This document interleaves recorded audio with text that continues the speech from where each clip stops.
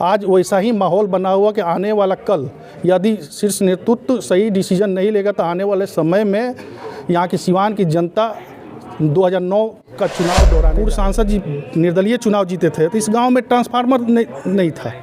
अब पता कीजिए इस गांव में ट्रांसफार्मर पूर्व सांसद ने दिया था, पीसीसी रोड दिया था। आज क्या शिवाला जो रोड देख रहे हैं प्रधानमंत्री सड़क योजना से पूर्व सांसद जी ने इस सड़क का निर्माण करवाया था। तमाम ऐसे पंचायत हैं लोकसभा क्षेत्र के कि कुछ ना कुछ पूर्व सांसद जी ने किया है और उसके बाद भी लोग विकास के नाम पर जो विनाश पुरुष रहे हैं वो लोग विकास की बात करते हैं। इस पर दुख बना हुआ है सिवान में। जितने भी जनप्रतिनिधि आज वर्तमान में हैं अगर उनके सांसद से या विधायक से या किसी भी व्यक्ति से अगर क्वेश्चन कर देते हैं विकास के नाम पे कि आपने 5 वर्षों में क्या किए हैं तो ऐसे ऐसे प्रवक्ता को रखे हुए हैं कि केवल गाली गलौज करके उनकी आवाज़ दबाने का, उनको बेभरम करने का व्यवस्था। हम बगौड़ा में मौजूद हुए हैं और पूर्व सांसद ओम प्रकाश यादव जी के पुत्र हैप्पी यादव जी आए हुए हैं। बगौड़ा में क्या करने आए हम आपको बताने का प्रयास करेंगे।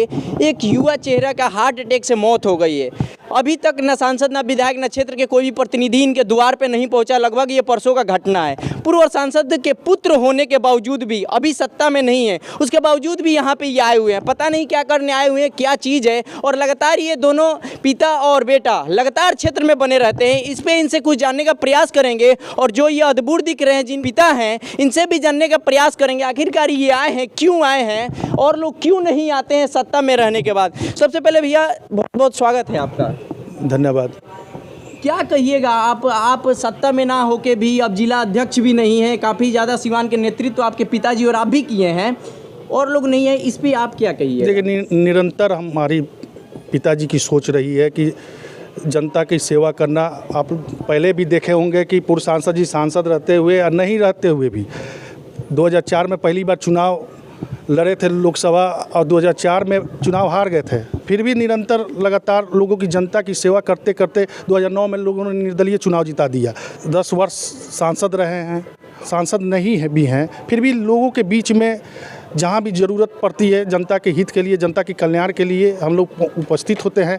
आज पता चला मुझे कि एक युवा वर्मा जी जो थे इनके परिवार में हम बहुत पहली बार भी आए हैं, कितनी बार भी इस गांव में लगातार दुख सुख में पहुंचते हैं।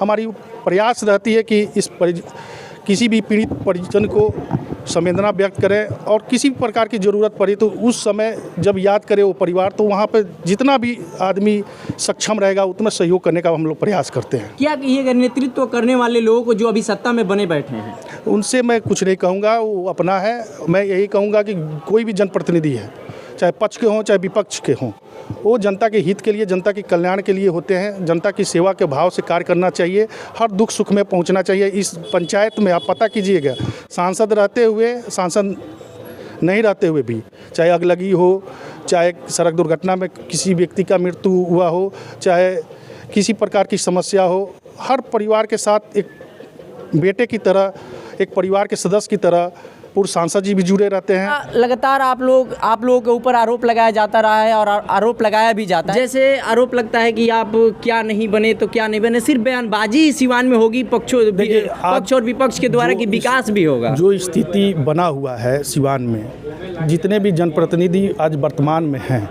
अगर उनके सांसद से या विधायक से या किसी भी व्यक्ति से अगर क्वेश्चन कर देते हैं विकास के नाम पे कि आपने 5 वर्षों में क्या किए हैं तो ऐसे ऐसे प्रवक्ता को रखे हुए हैं कि केवल गाली गलौज करके उनकी आवाज़ दबाने का, उनको बेभरम करने का व्यवस्था केवल बना हुआ है।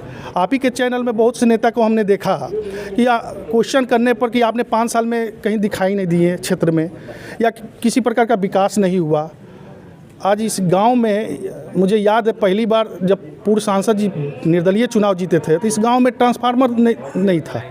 अब पता कीजिए इस गांव में ट्रांसफार्मर पूर्व सांसद ने दिया था, पीसीसी रोड दिया था। आज क्या शिवाला जो रोड देख रहे हैं प्रधानमंत्री सड़क योजना से पूर्व सांसद जी ने इस सड़क का निर्माण करवाया था। तमाम ऐसे पंचायत हैं लोकसभा क्षेत्र के कि कुछ ना कुछ पूर्व सांसद जी ने किया है और उसके बाद भी लोग विकास के नाम पर जो विनाश पुरुष रहे हैं वो लोग विकास की बात करते हैं, इस पर दुख होता है हम लोगों को। अब तो जेडीयू अलायंस में आ गई, इस पे आप क्या कहिएगा? अब तो जिनको आप स्वीकार नहीं करते थे, जिनकी नेतृत्व को स्वीकार नहीं करते थे, अब उनके साथ आपको मिलकर काम करना पड़ेगा और कदम से कदम मिलाकर पार्टी की अथॉरिटी आपको घूमना भी पड़ेगा। देखिए, पार्टी अलग चीज़ है, लेकिन सिवान की जनता के हित के लिए हम लोग राजनीति में आए थे।